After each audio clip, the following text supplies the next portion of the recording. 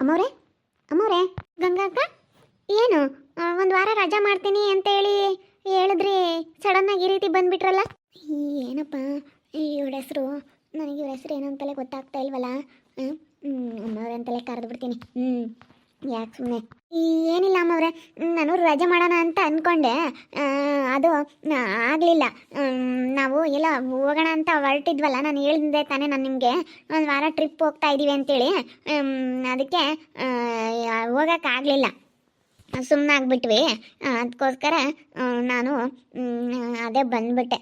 ಮತ್ತು ಇನ್ಯಾಕೆ ಮನೆಯಾಗಿ ಇಟ್ಕೊಂಡು ಸುಮ್ಮನೆ ಟೈಮ್ ವೇಸ್ಟ್ ಮಾಡೋಣ ಅಂತೇಳಿ ಅದಕ್ಕೆ ಬಂದುಬಿಟ್ಟೆ. ಬರಲ್ಲ ಹೆಂಗಪ್ಪ ಇವತ್ತು ತಿಂಡಿ ಅಡುಗೆ ಎಲ್ಲ ಮಾಡೋದು ಅಂತ ನೋಡ್ತಾ ಇದ್ದೆ. ಅಲ್ಗೂ ಅಲೇನೆ ಅವರೆಕಾಳು ಉಪ್ಪಿಟ್ಟು ಮಾಡೋಣ ಅಂತೇಳಿ ಅವರೆಕಾಳೆಲ್ಲ ಸೋಸಿ ತರಕಾರಿ ಎಲ್ಲ ಹಚ್ಚಿಟ್ಟಿದ್ದೀನಿ. ಒಗ್ಗರಣೆ ಹಾಕೋಣ ಅಂತ ಹೋದೆ, ವಾಮಿಟ್ ಬಂದಂಗಾಯ್ತು. ಅದು ಯಾಕಂತ ಗೊತ್ತಿಲ್ಲ, ತುಂಬ ವಾಮಿಟ್. ಅಯ್ಯಪ್ಪ ಸುಸ್ತಾಗುತ್ತೆ ನನಗಂತೂ. ಯಾಕೆ ವಾಮಿಟ್ ಆಗುತ್ತೆ? ಯಾಕೆ ಗೊತ್ತಿಲ್ವ ಗಂಗಕ್ಕ? ನೀನು ಹಂಗೆ ಕೇಳ್ತಾ ಇದೆಯಾ? ಮತ್ತೆ ನಾನು ಪ್ರೆಗ್ನೆಂಟ್ ಅನ್ನೋದು ಗೊತ್ತಿಲ್ವಾ? ಯಾಕೋ ಹೊಸ್ದಾಗಿ ಬಂದಿರೋ ಥರ ನೀನು ಹಿಂಗೆ ಮಾಡ್ತಾ ಇದೆಯಾ? ಯಾಕೆ ಗಂಗಕ್ಕ? ಅದು ಯಾಕಿಲ್ಲ, ಅಲ್ಲ ಕೇಳಿದೆ. ಒಬ್ಬೊಬ್ರಿಗೆ ವಾಮಿಟ್ ಆಗಲ್ವಲ್ಲ, ಅದಕ್ಕೆ ಕೇಳಿದೆ ವಾಮಿಟ್ ಏನಾದರೂ ಆಗುತ್ತೇನೋ ಅಂತ. ಇದು ಹೊಸ ಸ್ಟೈಲಾಗಿ ಬಂದಿದ್ರಾ? ಟೋಪಿ ಗಿಪ್ಪಿ ಎಲ್ಲ ಹಾಕ್ಕೊಂಡು, ಕನ್ನಡಕ ಎಲ್ಲ ಹಾಕ್ಕೊಂಡು ಈ ರೀತಿ ಹೊಸ ಸ್ಟೈಲಲ್ಲಿ ಬಂದಿದ್ದೀರಾ? ಏನು ಗಂಗಕ್ಕ ಹೊಸ ಸ್ಟೈಲು? ಏನಿಲ್ಲ, ಸುಮ್ಮನೆ ನಾನು ಹಿಂಗೆ ಹೋಗಿದ್ದ. ಸುಮ್ಮನೆ ಈ ಚಳಿಗೆ ಸುಮ್ಮನೆ ಹಿಂಗೆ ತಲೆ ಮೇಕಿಂಗ್ ಚೆನ್ನಾಗಿ ಕಾಣಿಸುತ್ತೆ ಅಂತೇಳಿ ಹಿಂಗೆ ಇಕ್ಕೊಂತೀನಿ. ಇದನ್ನು ಒಂದು ತಗೊಂಡಿದ್ದೀನಿ. ಸ್ಪೆಕ್ಸಿ ಒಂದು ಇರಲಿ ಅಂತೇಳಿ. ಕಣ್ಣಿಗೆ ಬರಬೇಕಾದ್ರೆ ಧೂಳು ಬರುತ್ತೆ, ಅದಕ್ಕೇ ಕಣ್ಣಿಗೆ ಧೂಳು ಹೋಗೋದು ಒಳ್ಳೇದಲ್ಲ ಅಂತ ಹೇಳಿದರು. ಮೊನ್ನೆ ಯಾಕೋ ಸ್ವಲ್ಪ ಕಣ್ಣು ನೋವಾಗ್ಬಿಟ್ಟಿತ್ತು.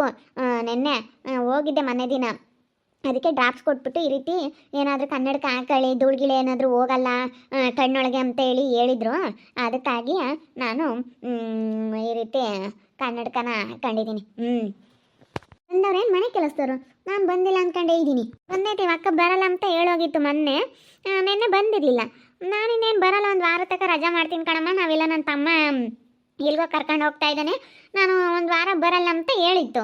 ಅದಕ್ಕೆ ಬರಲ್ಲ ಅಂತೇಳಿ ನಾನು ಅವರೆಕಾಳು ಉಪ್ಪಿಟ್ಟು ಮಾಡೋಣ ಅಂತೇಳಿ ತರಕಾರಿ ಗಿರ್ಕಾರಿ ಎಲ್ಲ ಹಚ್ಚಿ ರೆಡಿ ಮಾಡ್ತಾ ಇದ್ದೆ. ಅಷ್ಟೊತ್ತಿಗೆ ಬಂತು ಗಂಗಕ್ಕ.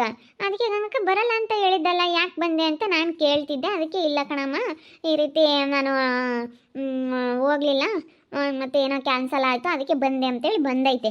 ಅದಕ್ಕೆ ಇವಾಗನೇ ಮಾಡುತ್ತೆ. ಓ ಅತ್ತೆಯವರ ಇವರು? ಸರಿ ಸರಿ ಸರಿ ಸರಿ.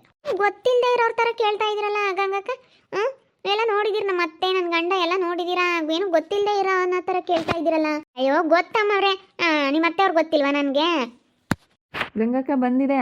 ಗಂಗಕ್ಕ ಯಾವಾಗ ಬಂದ್ರಿ? ನೋಡ್ರಿ, ಟ್ರಿಪ್ ಹೋಗ್ತೀವಿ, ಒಂದು ವಾರ ಬರೋದಿಲ್ಲ ಗಗನ ಅಂತ ಹೇಳಿದ್ರು.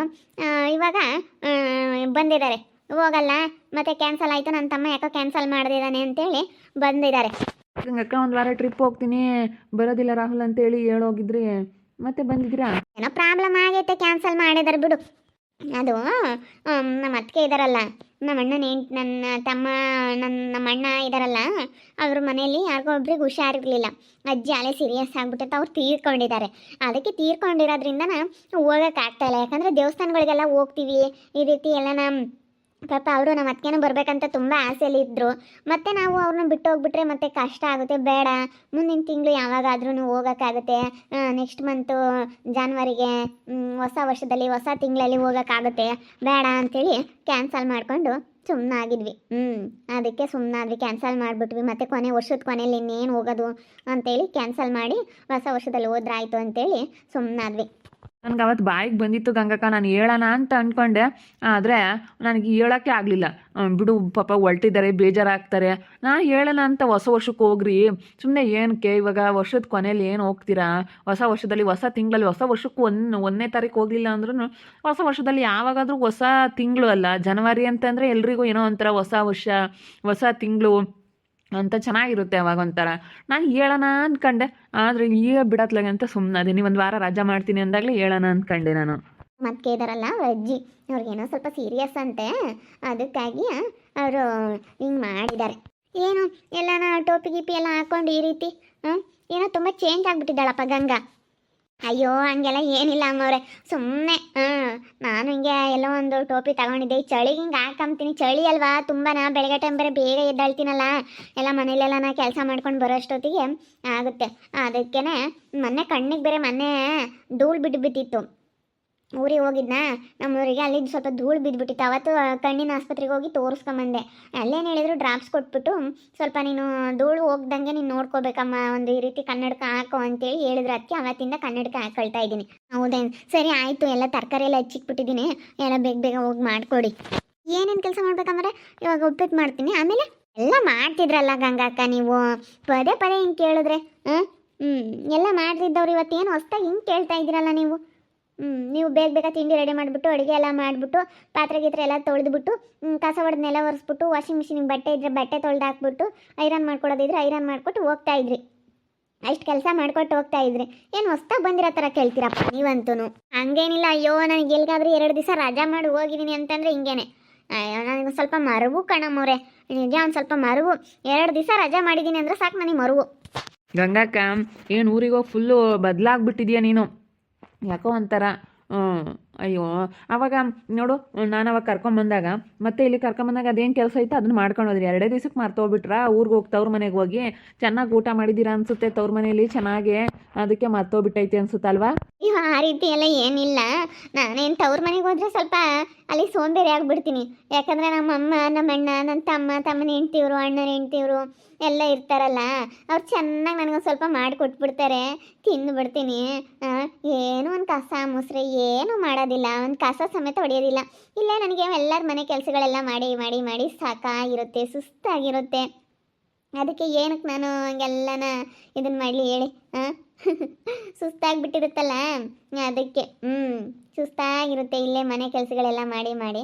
ಅಂಥದ್ರಾಗ ಅಲ್ಲೂ ಮನೆ ಕೆಲಸ ಮಾಡಿ ಅಂತಂದರೆ ಯಾಕೆ ಅಂತೇಳಿ ನಮ್ಮ ಅಮ್ಮ ಎಂತ ಬಿಡು ಒಂದು ತಟ್ಟೆನೂ ತೊಳ್ಸಲ್ಲ ನನ್ನ ಹತ್ರ. ಅಯ್ಯೋ ಮುಂದಕ್ಕೆ ಇಟ್ಕೊಟ್ಟು ತಗೊಂಡೋಗುತ್ತೆ. ಹೌದೇಂತ ಅವ್ರ ಮನೆಗೆ ಹೋದರೆ ಹಂಗೇನೆ. ಅಮ್ಮನೂ ಹಂಗೆ ನೋಡ್ಕೊಂಬತ್ತಮ್ಮ. ನಮ್ಮ ಅಕ್ಕರೆಲ್ಲ ಬಂದ್ರೂ ನಮ್ಮ ಅಮ್ಮನೂ ಹಂಗೇನೆ. ಉಂಡಿರೋ ವಯಸ್ಸಾದ್ರೂ ಉಂಡಿರೋ ತಟ್ಟೆ ತೊಳ್ಸಲ್ಲ. ಎಷ್ಟು ಚೆನ್ನಾಗಿ ನಮ್ಮ ಅಮ್ಮಯ್ಯ ಆ ಎಮ್ಮೆ ಎಲ್ಲ ಇಸ್ಕೊಂಡು ತಟ್ಟೆ ತೊಳ್ದಿಕ್ಕೋದು ಹಿಂಗೆಲ್ಲ ಮಾಡುತ್ತೆ. ಆಯಿತು, ಬೇಗ ಬೇಗ ಎಲ್ಲ ಕೆಲಸ ಮಾಡಿಬಿಡ್ತೀನಿ ಅಮ್ಮವ್ರೆ. ರಜೆ ಮಾಡ್ತೀನಿ ಅಂತ ಹೇಳಿದ್ಲು ಒಂದು ವಾರ, ಮತ್ತೆ ಬಂದವಳೆ. ಅದೇ 1 ವಾರ ರಜೆ ಮಾಡ್ತೀನಿ, ಬರೋಕ್ಕಾಗಲ್ಲ ಅಂತ ಪಾಪ ಮನೆ ದಿನನೇ ಹೇಳೋಗಿತ್ತು.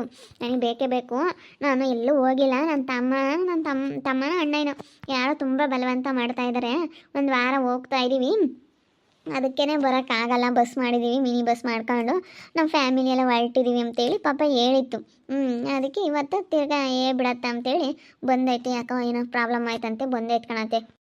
ತುಂಬ ಒಳ್ಳೆಯವ್ರು ಬಿಡಮ್ಮ, ಇಂಥವ್ರು ಹುಡುಕೊಂಡು ಹೋದ್ರು ಸಿಗಲ್ಲ. ಇವ ಅಕ್ಕ ತುಂಬ ಒಳ್ಳೆಯದು. ನನಗಂತೂ ಎಲ್ಲೆಲ್ಲೋ ವಿಚಾರಿಸಿ ಏನೆಲ್ಲ ಯಾರೆಲ್ಲ ಇದು ಮಾಡಿದ್ದೀನಿ, ನನಗೆ ಯಾರು ಇಂಥವ್ರು ಸಿಕ್ಕಿಲ್ಲ. ನನ್ನ ಫ್ರೆಂಡ್ ಒಳ್ಳೆಯವ್ರನ್ನ ಹುಡ್ಕೊಂಡು ಕೊಟ್ಬಿಟ್ಟ. ತುಂಬ ಒಳ್ಳೇದು ಇವಕ್ಕ. ಒಳ್ಳೆಯವ್ರು ಹೇಳಪ್ಪ. ಅಪ್ಪಪ್ಪ ಒಳ್ಳೇದು ನೋಡಿದ್ರೆ. ನಾನು ಮನೆ ದಿನ ಅವತ್ತು ಬಂದಿದ್ನಲ್ಲ, ಎಷ್ಟು ಚೆನ್ನಾಗಿ ಅಡುಗೆ ಅಂತ ಎಷ್ಟು ಸಖತ್ತ ಮಾಡಿತ್ತು ಗೊತ್ತೆ. ತಿಂಡಿ ಅಡುಗೆ ಎಲ್ಲ ಸಖತ್ತಾಗಿ ಮಾಡುತ್ತೆ. ಸಾಂಬಾರಂತೂ ತುಂಬ ರುಚಿಯಾಗಿರುತ್ತೆ ಕಣತ್ತೆ, ಅಷ್ಟು ಚೆನ್ನಾಗಿ ಮಾಡುತ್ತೆ. ಇವಾಗ ನಿಜ ನನಗೆ ಇಲ್ಲಿ ಮಾಡೋಕ್ಕಾಗ್ತಿರ್ಲಿಲ್ಲ. ನನಗೆ ತುಂಬ ವಾಮಿಟು ಸುಸ್ತು ಈ ರೀತಿ ಆಗೋದು. ಹೆಂಗೋ ಇವ್ರು ಬರೋದ್ರಿಂದ ವಾಸಿ. ಮಾಡೋಕ್ಕಾಗಲ್ಲ ಕಣತ್ತೆ ನನಗೆ. ಯಪ್ಪ ಎಷ್ಟು ಕೆಲಸ ಮಾಡ್ಕೊಂಡು ನಾನು ಹೆಂಗಿದ್ದವಳು, ಇವಾಗ ತುಂಬ ಸುಸ್ತಾಗುತ್ತೆ. ಅದೇ ನಾನು ಸಾರ್ಗಿರು ಏನಾದ್ರೂ ಮಾಡಿ ಕಳಿಸ್ತಿದ್ದೆ. ಮತ್ತು ಅಲ್ಲಿ ಅಮ್ಮಗೂ ತರೋಕ್ಕಾಗಲ್ಲ, ನೀನು ಹೋಗಬೇಕು ಇಲ್ಲಿಂದ ಅಲ್ಲಿಗೆ, ಅವ್ರ ಮಂತಕ್ಕೆ ಹೋಗ್ಬೇಕು, ಅವ್ರ ಮಂತಕ್ಕೆ ಹೋಗಿ ತರೋದು ಅದು ಇದು ಸುಮ್ಮನೆ ಕೆಲಸಗಳಾಗುತ್ತೆ. ಮನೆಗೆಲ್ಲ ನೀಟಾಗಿರಲ್ಲ, ಸುಮ್ಮನಿರು. ಎಷ್ಟು ದೊಡ್ಡ ಮನೆ ಕಟ್ಟಿ ನೀಟಾಗಿ ಇಟ್ಕೊಂಬಿಲ್ಲ ಅಂದರೆ ಏನು, ಕಸ ಹೊಡೆದು ನೆಲ ಒರ್ಸೋಕ್ಕಾದ್ರೂ ಬೇಕು. ಇನ್ನೇನು ತಿಂಡಿ ಅಡುಗೆನೂ ಮಾಡಿಡ್ತಾರೆ. ನಮ್ಮ ಆಗಲ್ಲ ಬಿಡಮ್ಮ. ಮತ್ತೆ ನೀನು ಅಲ್ಲಿಂದ ಅಜ್ಜಿಗೆ ಮತ್ತೆ ತಗೊಂಬರೋದು ಎಲ್ಲ ಸುಮ್ಮನೆ ರಿಸ್ಕ್ ಆಗುತ್ತೆ. ಅಲ್ಲೇದಲ್ಲೇ ಇಲ್ಲೇದಲ್ಲೇ ಸುಮ್ಮನಿರು, ಯಾಕೆ ಸುಮ್ಮನೆ ಆತ ಅಂದರೆ ಮನೆ ಕೆಲಸ ಮಾತ್ರ ನೀಟಾಗಿ ಪರ್ಫೆಕ್ಟಾಗಿ ಚೆನ್ನಾಗಿ ಮಾಡುತ್ತೆ. ಅಡುಗೆ ಮನೆ ಅಂತೂ ಎಷ್ಟು ಕ್ಲೀನ್ ಮಾಡ್ತಾರೆ ಗೊತ್ತಾ. ನನಗೆ ಇವ್ರ ಕೆಲಸ ತುಂಬಾ ಇಷ್ಟ ಬಿಡಮ್ಮ. ಅವ್ರಿಗೂ ಒಂದು ಕೆಲಸ ಕೊಟ್ಟಂಗೆ ಆಗುತ್ತೆ ಪಾಪ. ಅವ್ರದ್ದು ತುಂಬ ಬಡತನ. ಅಯ್ಯೋ ಪಾಪ ನೋಡೋಕ್ಕಾಗಲ್ಲ ಕಣಮ್ಮ, ತುಂಬ ಬಡತನ, ತುಂಬ ಒಳ್ಳೆಯವ್ರು ಕಣಮ್ಮ. ಏನು ಮಾಡಲಿ ಈಗ ಒಂಥರ ಏನೋ ನಾನು ಹಿಂಗೆ ಹೇಳ್ತೀನಿ ಅಂತ ಬೇಜಾರು ಮಾಡ್ಕೊಬೇಡ. ಏನೋ ಅವ್ರಿಗೂ ನಾವು ಮನೆ ಕೆಲಸ ಈ ರೀತಿ ಕೊಡೋದ್ರಿಂದ ನಾನು ಹೇಳಿದೆ, ಅಕ್ಕ ಬಿಡೋದು ಬೇಕಾದರೆ ತಿಂಡಿ ಅಡುಗೆ ಸ್ವಲ್ಪ ದಿನ ಮಾಡಿ, ಸ್ವಲ್ಪ ದಿನದ ಮಟ್ಟಿಗೆ ಇವಳು ವಾಮಿಟ್ ಎಲ್ಲ ಕಡಿಮೆ ಆಗೋವರೆಗೂ ಬೇಕಾದ್ರೆ ತಿಂಡಿ ಅಡುಗೆ ಅವಳೇ ಮಾಡ್ಕೊಂತಾಳೆ, ಕಸ ಹೊಡೆದು ನೆಲ ಒರೆಸಿ ಬಟ್ಟೆ ತೊಳೆದು ಹಾಕಂಗೆ ಹೋಗಂಗೆ ಹೇಳಿರ್ತೀನಿ. ಆದರೆ ಅವಕ್ಕ ಬಿಡಪ್ಪ ಮಾಡ್ಕೊಟ್ಟು ಹೋಗ್ತೀನಿ, ಬೇಕಾದ್ರೆ ಅದೇ ಸಂಬಳ ಕೊಡು ಅಂತೈತೆ. ಅಷ್ಟು ಒಳ್ಳೇದು ಗಂಗಕ್ಕ. ಮತ್ತು ನಾನು ಅದೇ ಹೇಳಿದ್ದೀನಿ, ಒಂದು 4-5 ತಿಂಗಳು ಆಗೋವರೆಗೂ ಅಡುಗೆ ಎಲ್ಲನ ಬೇಕಾದರೆ ಮಾಡ್ಕೊಂತೀನಕ್ಕ. ಇವಾಗ ಸ್ವಲ್ಪ ವಾಮಿಟ್ ಆಗ್ತಿರೋದ್ರಿಂದ ಎಣ್ಣೆ ವಾಸನೆ ಕುಡಿಯೋಕ್ಕಾಗಲ್ಲ, ವಾಮಿಟ್ ಆಗುತ್ತೆ ಕಣತ್ತೆ. ಅಯ್ಯೋ ನನಗಂತೂ ಸಖತ್ತು ವಾಮಿಟ್ ಆಗುತ್ತೆ. ಏನಾದರೂ ಎಣ್ಣೆ ಸ್ಮೆಲ್ ಕುಡ್ದಿದ್ದೀನಿ, ಅನ್ನ ಮತ್ತು ಕುಕ್ಕರ್ ಕೂಗ್ಸಿದ್ದೀನಿ ಅಂತಂದರೆ ವಾಮಿಟ್ ಊಟನೇ ಸೇರಲ್ಲ ಕಣತ್ತೆ, ಹಂಗಾಗ್ಬಿಟ್ಟೈತೆ. ಸ್ವಲ್ಪ ದಿನ ಹಂಗೆ ಕಣಮ್ಮ, ಒಂದು 2 ದಿವಸ ಹಂಗೇನೆ, ಒಂದು 3 ತಿಂಗಳು ತುಂಬೋವರೆಗೂ, ಒಂದು 3 ತಿಂಗಳು ತುಂಬ 4 ತಿಂಗ್ಳಕ್ಕೆ ಬಿದ್ದುಬಿಟ್ರೆ ಏನೂ ಆಗೋದಿಲ್ಲ. ಆಮೇಲೆ ಆರಾಮ್ ಅನಿಸುತ್ತೆ. ಆಮೇಲೆ ಎಲ್ಲ ಕೆಲಸ ಮಾಡಿಕೊಂಡು ಒಂದು 5-6 ತಿಂಗಳವರೆಗೂ ಮಾಡ್ಬೋದು ಹಂಗೆ ಅಡುಗೆ ಅನ್ನೋದನ್ನು.